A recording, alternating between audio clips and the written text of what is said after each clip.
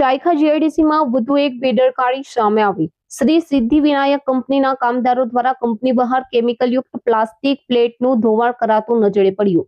વરસાદી કાંસમાં કેમિકલયુક્ત પ્લેટનું ધોવાણ કરાતા નજીકમાં વહેતું વરસાદી પાણી લીલા અને ભૂરા રંગમાં ફેરવાઈ ગયું હોવાનું જોવા મળ્યું। કંપનીની બેદરકારીના કારણે કામદારોના આરોગ્ય સામે પણ ગંભીર જોખમ ઊભું થયું હોવાનું જોવા મળ્યું।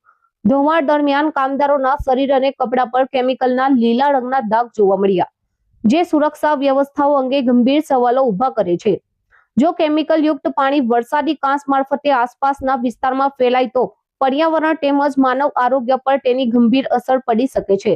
મળતી માહિતી મુજબ સમગ્ર મામલે સંબંધિત તંત્ર દ્વારા તપાસ કરી જરૂરી કાર્યવાહી કરવામાં આવે તેવી સ્થાનિકોમાં માંગ ઉઠી રહી છે।